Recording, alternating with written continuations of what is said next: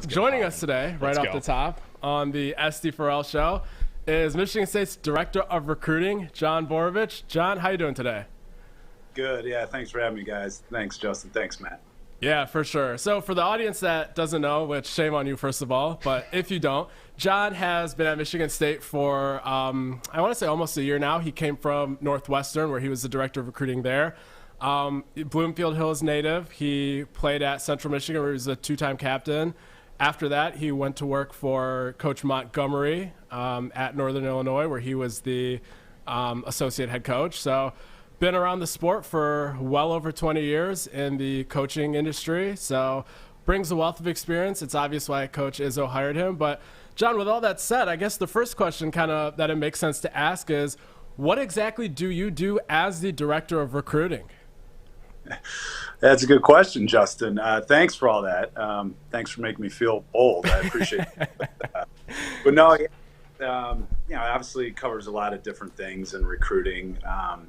Working for Coach Izzo and being a part of our staff is something I'm really grateful for, the opportunity to be a part of Spartan basketball. So, yeah, I mean, the job entails everything and anything in recruiting, right? Anything you could imagine. Obviously, this time of year, there's a lot going on with the transfer portal. So always keeping that in the forefront as much as possible. But, yeah, it just, the organization of our staff, trying to make sure that we're doing a good job getting a head start on the underclassmen when it comes to recruiting, which I think has helped us here in a short period of time. But ultimately, just keep our staff organized, try to be as efficient as possible, and brag about all things that Michigan State basketball is, and hopefully continuing on the championship way that Coach Izzo has over the last 28 years. And for a player, what is the beginning of that recruiting saga? I mean, for you guys, do you just go on to Rivals? Do you go on 24/7 Sports and look at whoever a five-star is and call them? Or are you just, hanging out, loitering at AAU events? Or, how does this process begin? For most of these kids, obviously it's a little different for each one, but for the bulk of it, how does this begin?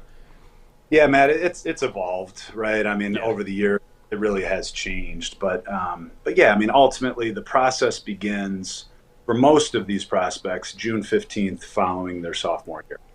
Right, June 15th is the magic date that the NCAA has come up with where we can contact them, right? Gotcha. And so that's what we do. We build our list based off everything that you're talking about. Some of it is, really old school, like word of mouth, high school coaches, connections, people that we know in the industry.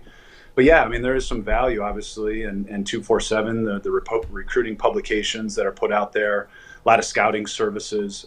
So that's where we draw a lot of it. Our staff does dive into a lot of film. So we'll watch kids as early as freshman, sophomore year in high school. But usually it starts June 15th following their sophomore year, where we initiate contact with, our prospects. We have an A list, we have a B list, and we have a C list. And we just go from there. We divvy it up amongst the staff. The assistants are assigned to be the point man in the recruitment.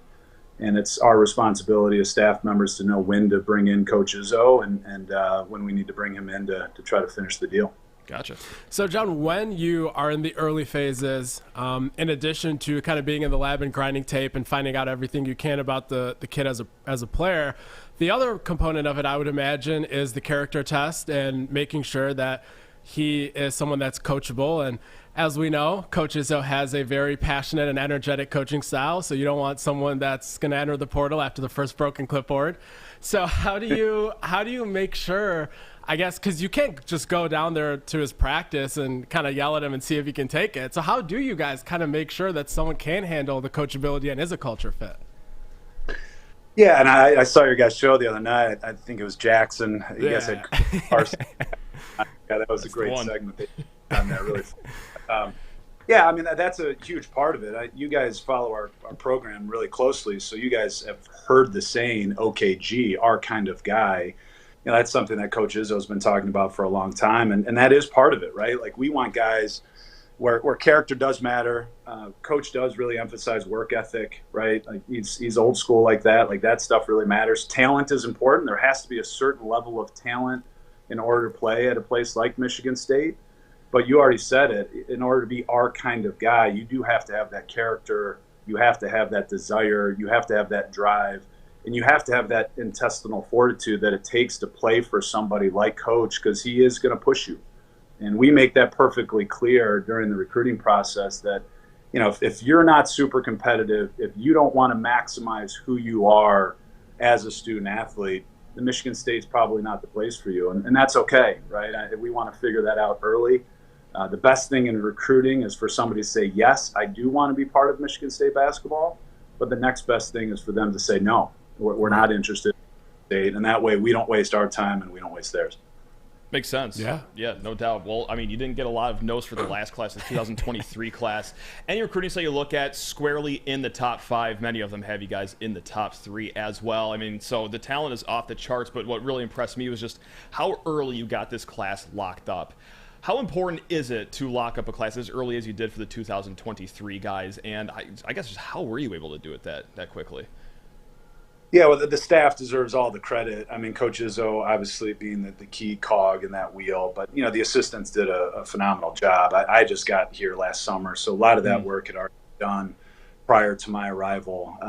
You know, it is about relationships. I mean, Coach Izzo, our coaching staff does a phenomenal job of building relationships, not only with the prospect, that part is really important, but also the people around the prospect, right? We're all a byproduct of our environment and the people around us, right? So the parents, the coaches, I was blown away when I got back here, you know, Coach Izzo and all of his greatness, the amount of time that he spends with not just the recruit, but the people around the recruit, whether it's on the phone, in person, when they're on campus, all those things really go a long way. So, yeah, I mean, obviously with the 2023 class, it's a class we're really excited about.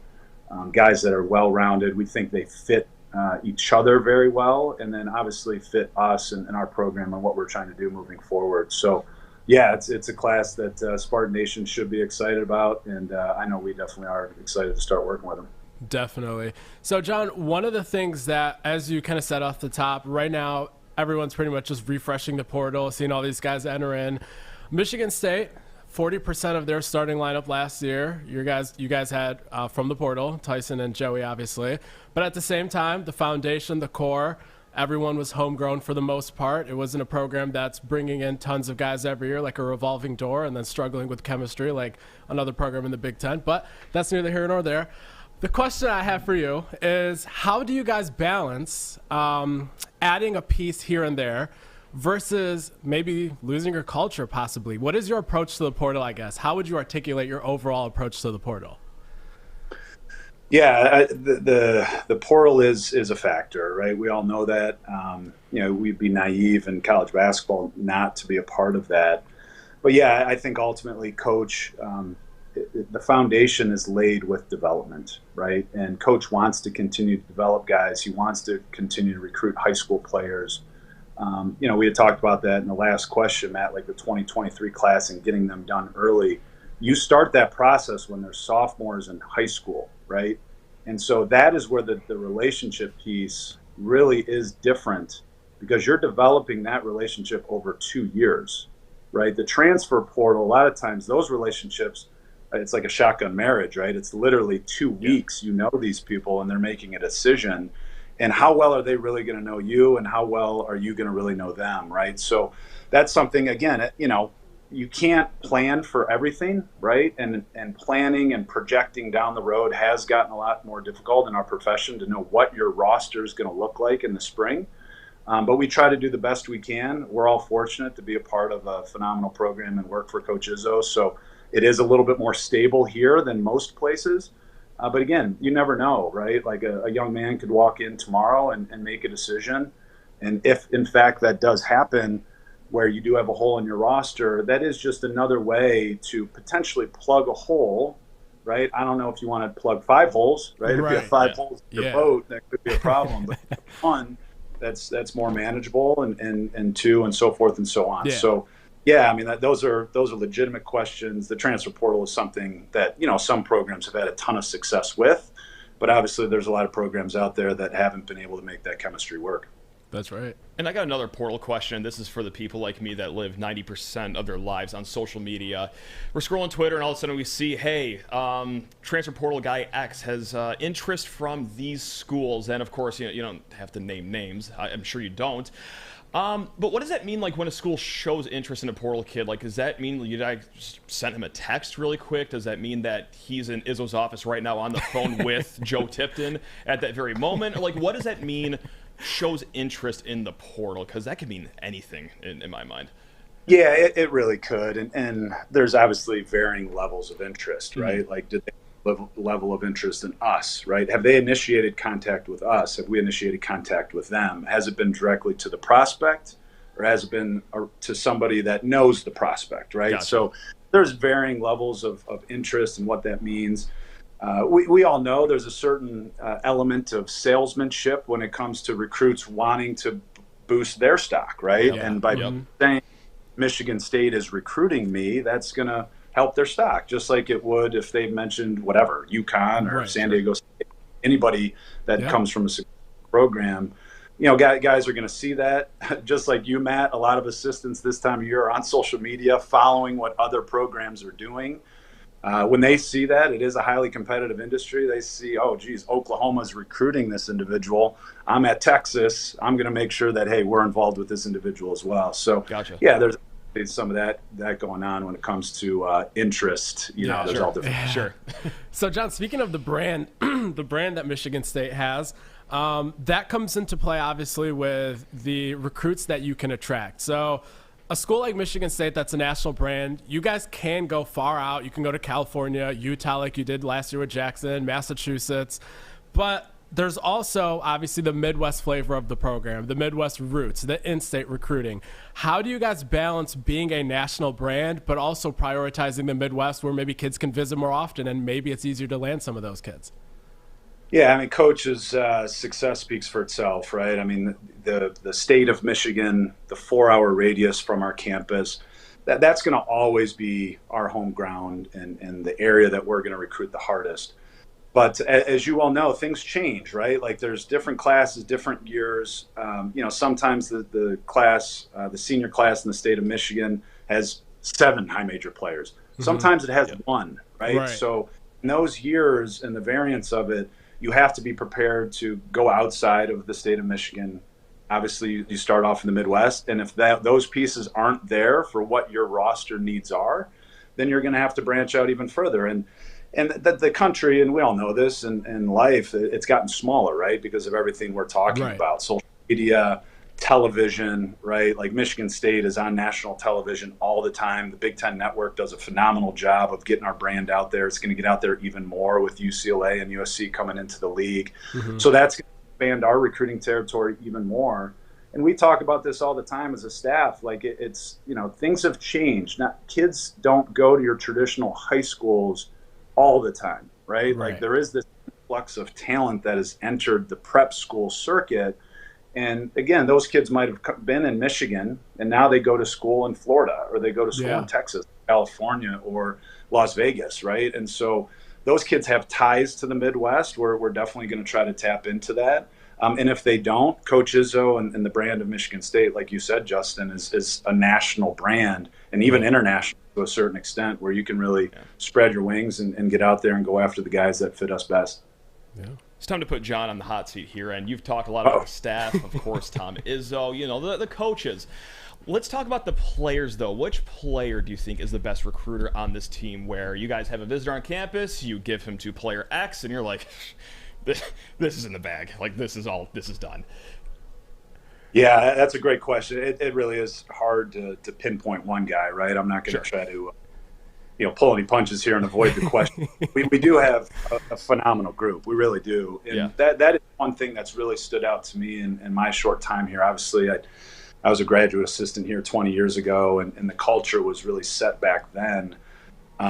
Spartan Dogs really do a phenomenal job of recruiting future Spartan Dogs. And our staff really taps into our players. We listen to our players. When those guys spend time with our recruits, we know we have a really good chance of getting them. Our guys take a tremendous amount of pride in the recruiting piece. And obviously there's a lot to sell, right? And there's a reason why you see former players coming back the way that they do. Like, you hear all this talk about brotherhood and all those things. Like this is real, right? This is a genuine thing. It is a family culture. You see it every year on Alumni Day. these guys are proud to be Michigan State Spartans. They love bringing their families back. They love being a part of the program. And so, yeah, when it comes to recruiting, like that's one of the things we always say to recruits is all you need to do is come here and spend 24 hours with our guys. And we have a really good chance of landing that future prospect.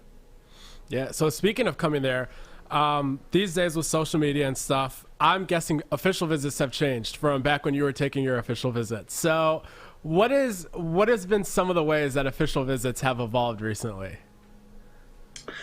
Yeah, I mean, it's you know, the I would say that, you know, the dinners, the time together, like all that stuff has always been consistent over time. You know, I think that one of the biggest things, Justin, is just like technology, right? Like right. The things that you can really show. Obviously, our facility upgrades and all those things are off the charts. The alumni locker room, all those things. But yeah, I mean, just, you know, like our social media people, Kara Kay and Julian, like they do a phenomenal job of putting things together. Like, you guys had a really cool intro. I give you guys props on that. I don't know if that's Owen or who that is. Yeah, shout out Owen. That video you guys have. But like when we sit in our theater and we can present some of the video stuff that we can now show, and like, you know, whether it's pictures of the aircraft carrier and videos of those types of things, the Champions Classic, right? We're going to Maui in 2024. Obviously, all the past success that we had with like Final Four runs and all those things, like those are really, really impressive things when you bring a kid in for an official visit. And that's how we started, right? They come and see the Magic Johnson statue, coach is out there to take pictures with them, and then we bring them right into the theater. That's a great way to start off a visit, whether it's unofficial or official. But, you know, again, at the end of the day, Justin, it's not about the bells and the whistles. It's more about the Jimmies and the Joes, and our guys do a phenomenal of recruiting those guys when they get here. And last thing for me, it's one comment, one question. One comment is I can fit in a ball bag if there's room on the plane to Maui in 2024. I will get there by any means necessary. And the question is, you know, you brought up that you were a GA however many years ago. We don't got to talk about how long ago this was. Like 5 years ago. We'll call it that. How has Izzo changed over that time that you were a GA to where he is right now? Or is the answer just simply put, no, he hasn't?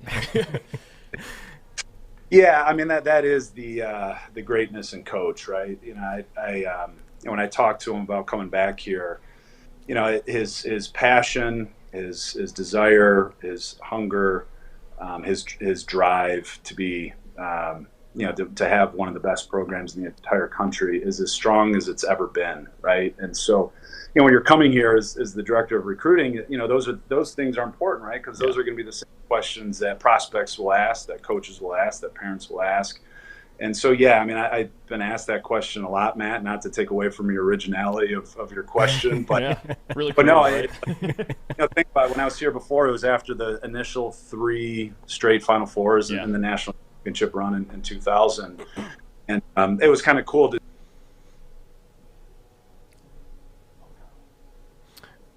I think it's possible that Coach's battery has died. No, there he no, is. No, you guys, Coach Izzo is calling. He must be watching the show, guys. You never missed an episode, so perfect. Yes, Yeah. excellent.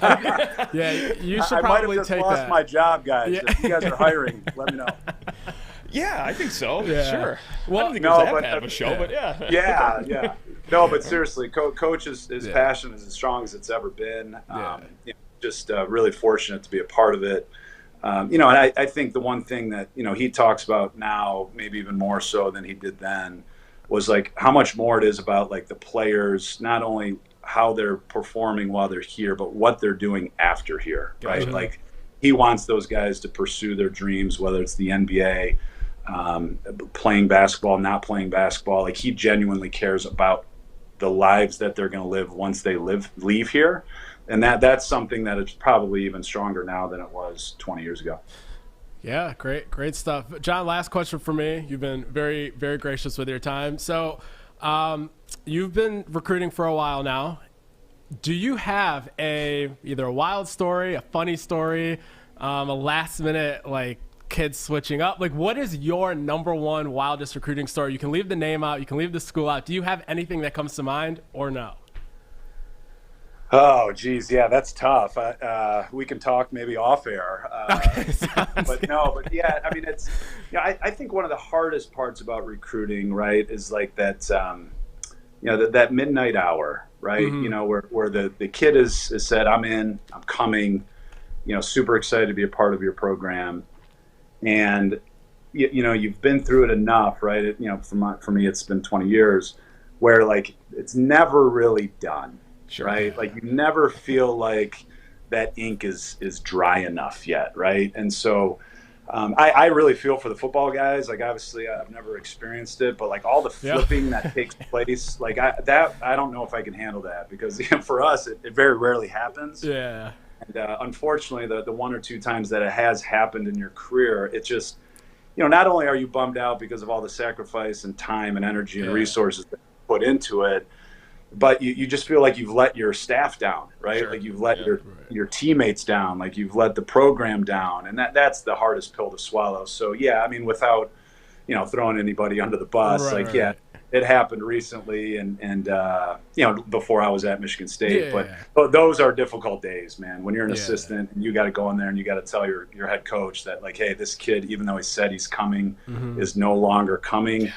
That's a difficult conversation to have. Yeah, all the days, hours, trips you've taken. I cannot imagine. I'm not cut for it. Yeah, I'm not. John, we really appreciate your time. I know before this, we didn't, not myself, the general public, like we didn't know as much about Michigan State's philosophy and all that. So you've given us great insight.